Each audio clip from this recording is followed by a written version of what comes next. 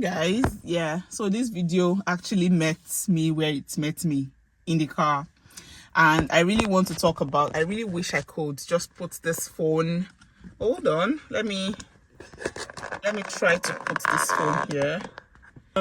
This video actually met me in the car, and I really want to talk about a major thing that goes on, especially with people, you know, in the outside country or in countries outside of their home country, you know, probably people that are in the UK, US, Canada, Australia, Germany, just any country outside of their home country, right? And there's this high expectation on them, right? So I want to address like two sets of people: the people that are in the country that I'm talking about, that set of countries, and then the second set is for people that are outside of this country, probably people back home or people in other countries. So the first thing is I want to first explain how the system of finances run, especially in the UK, because that's where I live.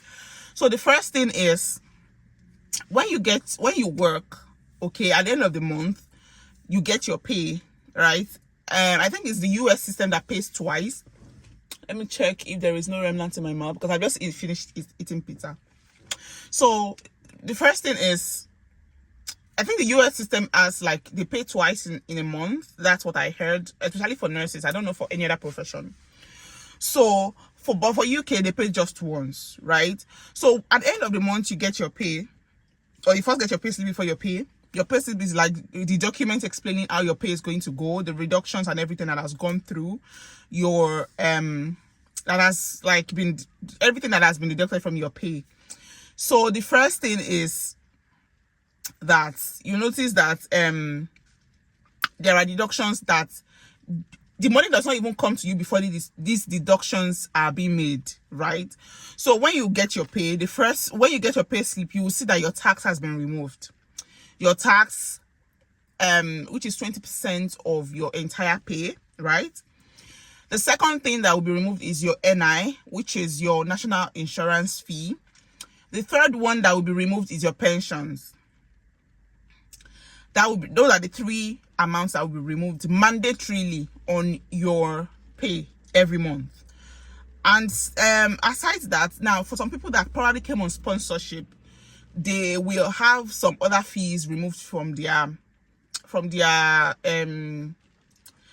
they might, let me just say they will, because if the company that they work for are not the ones that sponsor them necessarily financially, they might not remove some money.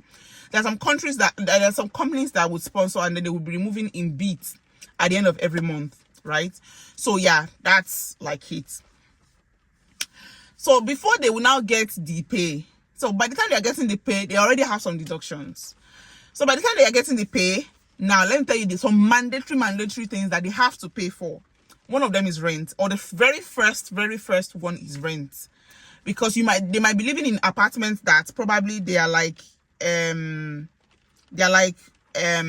all bills inclusive, where they don't pay for like utilities and all, everything has been included in the rent. There are some apartments like that, especially for students, so they necessarily don't pay so much. But let's assume that for an average family, they don't live in a student apartment, because usually student apartments is like maybe 1 bedrooms or maybe a studio apartment or something like that. So let's say they live like a family house, right? They pay rent, they pay electricity, they pay gas, they pay water. So electricity and gas, usually that's what's called utility. Then they pay water, and then council tax. Now council tax is like an amount that you pay for the maintenance of your community every month. So it now depends on where the house is. So the band that your house falls into will determine the amounts that you're going to pay, but at least every month you pay council tax. So now those are like the mandatory amounts that you pay, that you have to pay for the things you are using. Now let's not talk about food. Yeah, they will say the food is not expensive, but remember that, especially for Africans, The food that will not be expensive mostly are like the British food that you have to go into their supermarket to buy, or yeah. But for African food that are imported mostly from African countries, they are actually expensive to buy. So you get all those things, and then God help you have a baby, you buy diaper, you buy wipes, you buy clothes. I remember if you have a baby, you change clothes almost every 3 months because they outgrow clothes very quickly, right? Shoes, it's raining now, you have to buy raincoats, you have to buy just everything to keep the house warm, right? And maintenance of the house, okay? You want to buy detergents to wash clothes, you know, just all those things included. Now, this is even minus. You want to take some courses for your career development. You want to go to, like, maybe you are still paying school fees in case you are a student, you know, all those things. And then probably you're a family person, you need a car to move around. Car is not a luxury. If you're a family person, I really trust God. If you don't have a car, I really trust God for you to provide one, because imagine there is rain and I need to get like groceries and I have to like walk to the bus station in the rain and then wait for the bus, and then the bus drops me somewhere. I have to trek again to get to where I'm going. So car is actually not a luxury. Now, think about all the things that I've listed, just for you to have a brief of what the system is all about. That is why I went into the details of explaining all these things. So now, my first advice to people that are here is that take care of your needs that are here first, because it is hard to actually ask for help and get. Yes, I know that there are communities, there are a lot of people helping people, like, and all of that, but take care of your immediate needs, take care of your immediate environment. Don't be pressured. Don't be pressured into you have to do this and that, and, you know, try to, I know that, yes, you have responsibility, you're probably the first child, you have all these things, but be aware, especially if you are a parent, be aware that there are social workers that are out there, you know, ensuring that you are taking care of your child and your immediate environment. That is one. Also note that health visitors will be coming into the house to see your children, to see how they are doing. They will actually, for my baby, they will actually come in and tell me to undress him from head to toe, examine him, weigh him, do everything to be sure that he's all right. Any unexplained mark on his body, you will have to explain, right? That is how the system is. So your eagle eye is actually on your child. Okay, and now talk about yourself. You have to clothe yourself. You have to be, you know, be all right by yourself. You have to be. You work so hard. You know, like you work so hard. You have to take care of yourself as well. You have to buy yourself clothes, buy yourself shoes, so that at least you will look like what you are going. You will not look like what you're going through. If you get what I mean, like you cover yourself. If you get what I mean, it is needed. It is an essential need. So that is one of my advice for you. Secondly, also know that you're actually, wherever you are, to also give back in a sense, but then not at the, like I said in the first time, not at the detriment of your immediate needs or for your important needs or for your career development, not at the detriment. Learn how to budget, learn how to plan your finances. Okay, you are not the alpha and the omega, you are not the beginning and the end, but then have it at the back of your mind that you have something to give back, but learn how to plan. I'm sorry, this is the amount I can give at this time. I'm sorry, this is the amount I can afford, and let it just be. Don't allow manipulation. Okay, don't allow it to get into you so much that you start feeling guilty for not being able to meet everybody's needs. You can't actually do everything. That's the truth, because human needs are insatiable. You can't do everything. Even yourself, you have needs that are not met yet. That is what you should know. So you can't meet everybody's need, and you can't meet every need of everybody, if you get what I mean. So yeah, don't know it at the back of your mind that you can only do your best, and just do your best, okay? And plan ahead, plan, financial plan. If you need to take some courses on financial intelligence, please do, okay? Know the percentage that goes into this. Like Pastor Aaron, I saw one of the clips of his messages that say that even benevolence needs to be planned. So yeah, I am actually 100% on that. Know how to plan. Yeah, and okay, let me say those are like the two basic things that I really want to talk to you that are living in the abroad, in quotes. Now, for the second set of people, I went in the first place to explain all those so that you will know how the system runs, that it is not as if they are earning and then it is just that way that it is going into their account. There are a lot of deductions that go before it even comes to them at all. Okay. And you also need to know that, especially probably for people that have families, you know, or people that are paying their school fees or whatever, mostly people that come around, they are either paying school fees or they have families.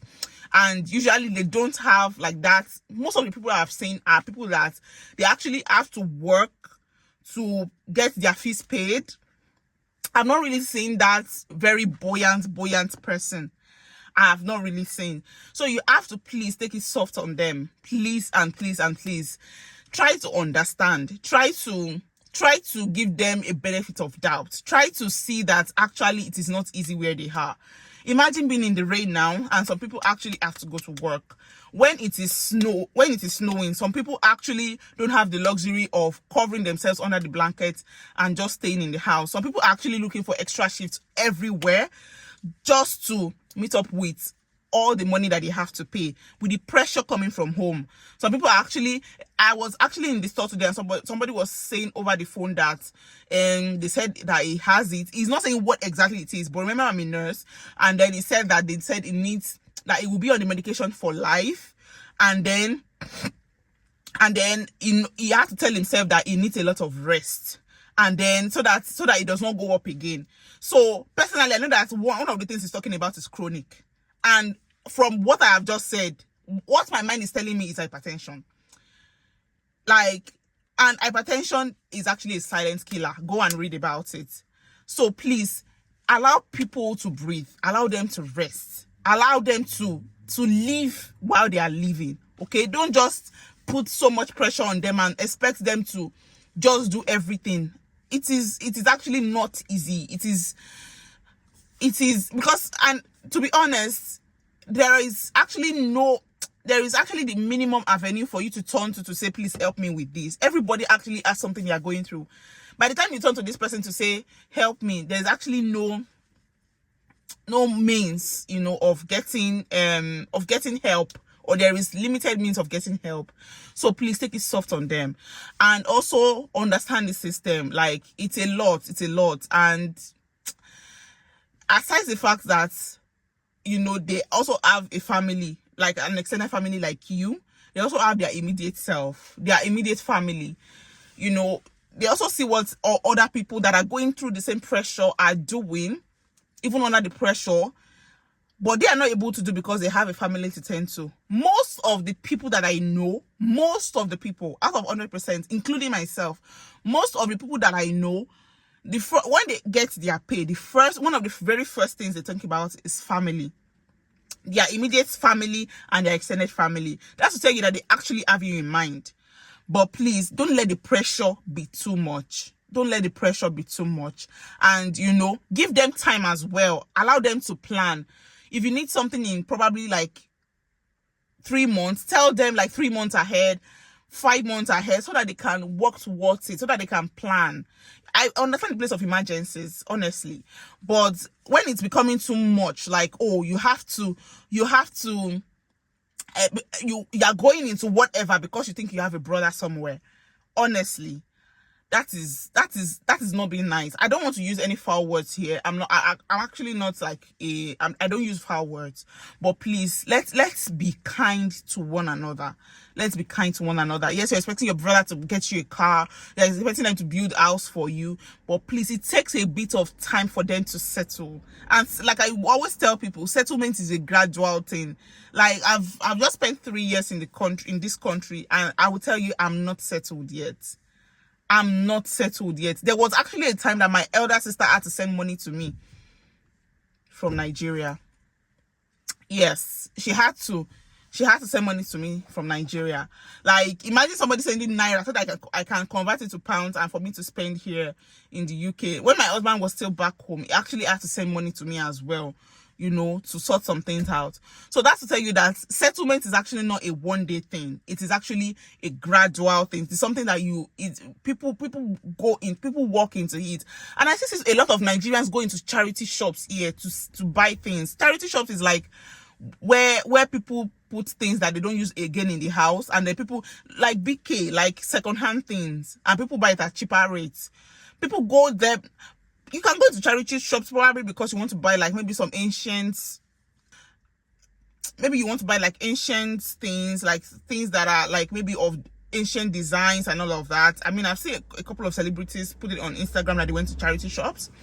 But then some people go there because they don't have choice. They cannot buy from the, you know, from the stores that we have around. So yeah, I think that is like everything I really want to talk about. I don't want it to be a very long vlog. And if you are also like in the UK, Canada, US, anywhere you are, and you think there is an advice you want to give to people, please put it in the comment section. Remember to be kind, remember to be nice in your words, you know, just drive home your point in the nicest way you can. Okay, thank you so much for listening to me. If you have not subscribed, please do. And if you are just coming, thank you so much for stopping by. Thanks for liking. Just comment, and I will see you in the next one.